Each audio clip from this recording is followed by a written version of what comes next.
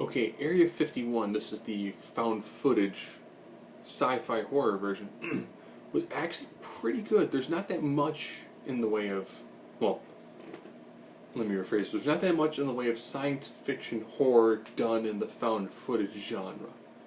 I know there's quite a few, but it's predominantly more almost directly horror related, or more supernatural horror. So, premise. Super simple. Bunch of friends believe they can break into Area 51. You have a lot of the standard tropes where the person who's there to deliver the information and pretty much takes your plot from point A to point B is distrusted. They argue in a car.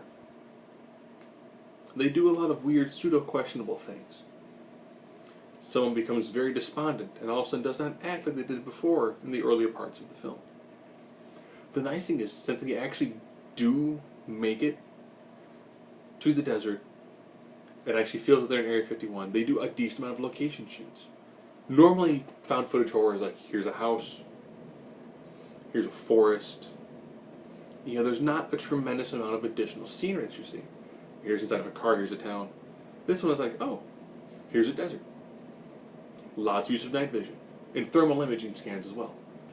They also, of course, make a slight detour to Vegas, a little bit in the beginning as well. So they actually show a lot. They do a good job when it comes to developing their skill sets. It's, well, I think we can do this, let's do this first as a dry run, so in case this doesn't work, you know, we're not going to get shot. Nice build-up, pretty good use of characters. Again, this is basis found footage.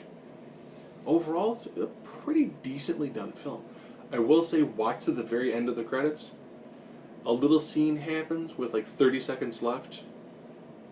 Well, on the disc, so where it says it's like an hour and 27 minutes, and like 1:26 and 29 seconds, a little scene happens at the very end, which, while not being overall crucial, does kind of fill in a small gap that happens towards the end of the film.